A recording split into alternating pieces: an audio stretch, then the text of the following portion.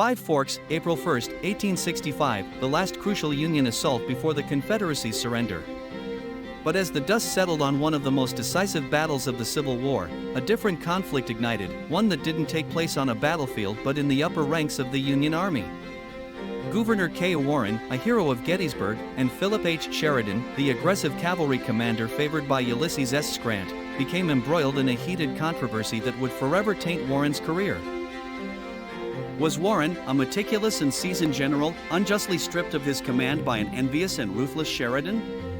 Or did Sheridan see in Warren a hesitant leader, unfit for the relentless pace of the final Union push? For over a decade, Warren fought for a court inquiry to clear his name, unveiling a story of betrayal, ambition, and the politics that plagued even the most celebrated ranks of the Union. Join us as we dig into the scandal that clouded Warren's legacy, the battle beyond the Battle of Five Forks, one of Civil War history's most divisive controversies. Welcome to EyeRich History. In today's deep dive, we're exploring the life and legacy of Gouverneur K. Warren, a distinguished Civil War figure remembered as a hero at Gettysburg. However, this hero story is layered with both triumph and tragedy, with his career overshadowed by a bitter feud and a fateful decision that would forever alter his reputation. This is the story of the Battle of Five Forks and the controversial dismissal that left Warren's legacy in question. Warren's journey began in Cold Spring, New York, where he was born on January 8, 1830. From a young age, it seemed he was destined for a career in the military. His family and mentors recognized his intelligence and ambition, and by the age of 16, he entered the prestigious United States Military Academy at West Point. This rigorous institution was known for producing America's military leaders, and Warren excelled there, graduating in 1850, second in his class. He joined the Corps of Engineers, an elite branch dedicated to mapping, fortifications, and infrastructure, essential to the expansion and defense of the growing nation. Warren's early career was defined by exploration and cartography. As a young officer, he was assigned to the American West, a land of wide-open spaces and untapped natural resources. Warren's assignments included mapping and surveying from New Orleans to the Black Hills. At the time, the country's westward expansion required accurate maps, and Warren's skills made him a significant asset. His maps, meticulously detailed and accurate, became standards for military and civilian use alike. His drawings weren't only functional but also works of art, revealing the rugged and raw beauty of America's vast, uncharted territories. By 1859, Warren's accomplishments led him back to West Point, this time as a professor of mathematics. His work and dedication as an educator were well respected, but when the Civil War broke out in 1861, Warren felt the call to serve in a different capacity.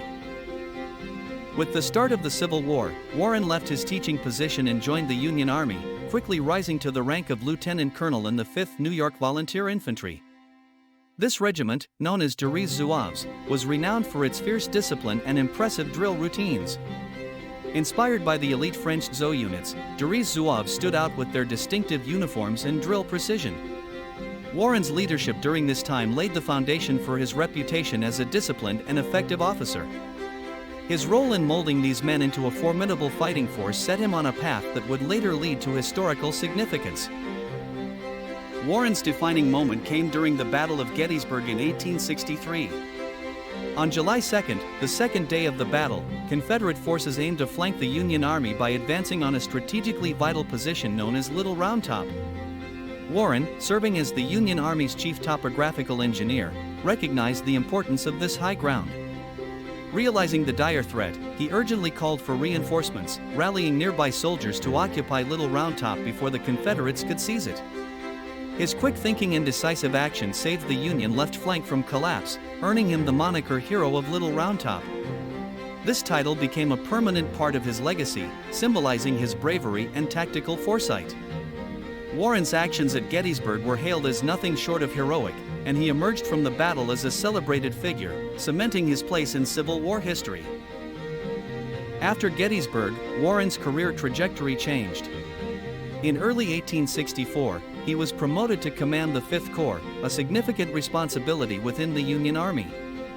Under the overall command of General Ulysses S. Grant, who had begun his aggressive Overland Campaign, Warren's 5th Corps saw extensive action across several critical battles.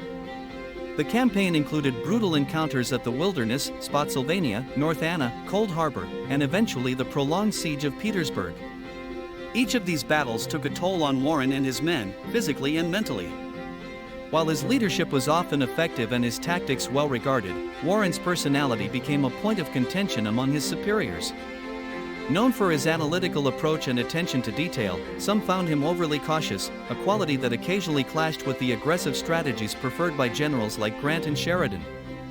His reputation as a complex and sometimes difficult commander began to take root, a factor that would later play a significant role in his career's unfortunate turn. On April 1, 1865, mere days before the Civil War's conclusion, Warren's career reached a dramatic and tragic turning point at the Battle of Five Forks. This battle was critical for the Union forces, as it aimed to sever the last Confederate supply lines feeding into Petersburg and Richmond, effectively cutting off any escape route. Philip H. Sheridan, known for his fiery and aggressive command style, was chosen to lead the assault on Confederate positions. Warren and his 5th Corps were assigned to support Sheridan's forces in this critical engagement. However, tensions simmered as the battle unfolded. Warren's corps faced numerous challenges, including dense forests and muddy terrain, which slowed their advance.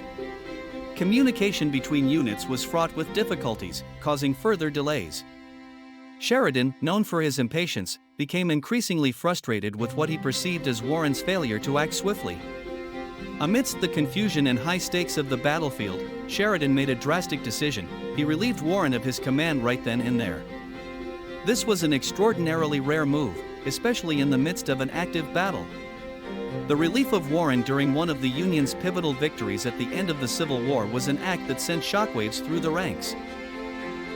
For Warren, this public dismissal was devastating. Stripped of his command not due to failure but because of a perceived lack of urgency, he felt his honor and reputation were irrevocably damaged. In the days following Five Forks, while Union forces pressed onward to victory, Warren was left behind, his once promising military career in shambles. To him, this was not just a professional setback but a personal betrayal that struck deeply. He believed he had been unfairly judged and targeted by Sheridan, and this dismissal would haunt him for the rest of his life. Determined to clear his name, Warren spent the next 14 years tirelessly pursuing justice. He submitted multiple petitions for a court of inquiry, seeking an official ruling to address the controversy surrounding his dismissal. Finally, after years of persistence, Warren was granted a hearing. The court's findings ultimately exonerated him, acknowledging that his dismissal had been unfair and that Sheridan's actions were, indeed, hasty and ill-judged. While this ruling validated Warren's long-standing grievances, the decision came too late to restore his career or to return him to the military ranks he once held with pride. The damage to his reputation was done, and despite his vindication, Warren remained a man who had been wronged by the very institution he had served with loyalty and dedication. Today, Gouverneur K. Warren stands as a complex figure in American history. His story reflects both the honor and hardship of military service, showcasing the courage, intelligence, and integrity he exhibited throughout his career. His bravery at Gettysburg, where he saved the Union line from collapse, earned him a place among the most celebrated Union officers.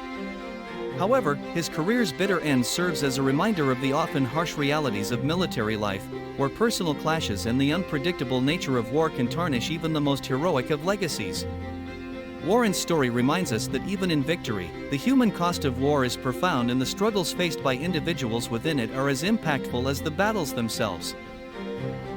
Thank you for joining us on this journey into the life of Gouverneur K. Warren, a hero whose legacy remains both inspiring and tragic. His story is a testament to the complexities of courage and the often unseen costs of service. If you found Warren's story compelling, don't forget to subscribe to EyeRich History for more profound explorations of the past. Hit that notification bell so you never miss an episode, and please share this history with others who want to honor the legacy of remarkable figures like Warren.